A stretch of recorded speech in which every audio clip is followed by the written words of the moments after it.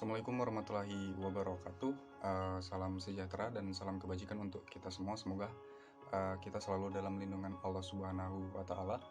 Sebelumnya, perkenalkan, nama saya Desken Idio Jamuntara, A170200039, Prodi Pendidikan Nonformal, berasal dari Desa Trangtais, Kecamatan Kelamin Tengah, Kabupaten Kaur. Oke, untuk video kali ini saya ingin membahas tentang apa sih pendidikan nonformal itu. Nah, jadi begini, pendidikan nonformal itu merupakan jalur pendidikan yang mana dia itu berada di luar pendidikan formal, yang tentunya dapat dilaksanakan secara berjenjang dan terstruktur, yang mana pendidikan nonformal ini dia sudah diatur dalam Undang-Undang Nomor 20 Tahun 2003, Pasal 1 Ayat 2 tentang Sistem Pendidikan Nasional.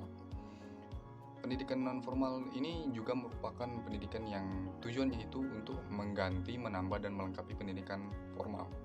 Nah, pendidikan ini diselenggarakan oleh lembaga khusus yang ditunjuk oleh pemerintah dengan berpedoman pada standar nasional pendidikan, dan karena dia itu berpedomannya kepada pendidikan standar nasional, maka hasil dari pendidikan nonformal ini dia dianggap dapat dihargai setara dengan pendidikan formal. Mungkin terbesit pertanyaan, jenis pendidikan nonformal itu apa saja sih? Nah, pendidikan nonformal sendiri meliputi pendidikan kecakapan hidup, pendidikan anak usia dini, pendidikan kepemudaan, pendidikan pemberdayaan perempuan, dan masih banyak lagi tentunya. Nah, dalam hal ini, mengacu kepada pengertian yang sebelumnya tadi tentang pendidikan nonformal, maka tujuan utama dari pendidikan luar sekolah atau pendidikan nonformal ini merupakan berfungsi untuk mengganti, menambah, dan melengkapi pendidikan daripada pendidikan formal itu sendiri.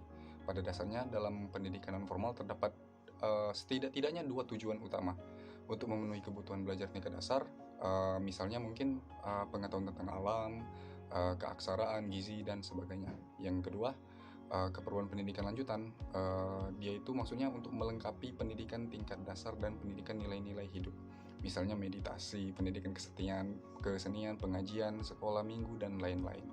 Nah, kita ketahui bersama juga bahwasanya setiap individu itu kan membutuhkan pendidikan dan pembelajaran di dalam hidupnya sepanjang hayat gitu, dengan mendapatkan pendidikan di luar sekolah. Nah, setiap individu ini dapat memperoleh pengetahuan dan pengalaman baru yang bermanfaat bagi perkembangan dirinya. Namun, karena cukup banyak anak yang tidak mendapatkan akses pendidikan karena berbagai alasan, misalnya kurang kesadaran dari orang tua mungkin terhadap pentingnya pendidikan, atau mungkin karena keterbatasan biaya, diskriminasi terhadap gender, dan sebagai yang lain-lain lah tentunya.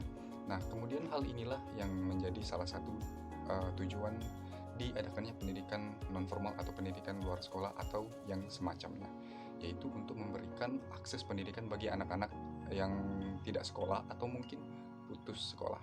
Oke, sekian dari saya pembahasan tentang pendidikan nonformal. Semoga bermanfaat bagi kita semua. Jaga kesehatan. Sekian, terima kasih. Wassalamualaikum warahmatullahi wabarakatuh.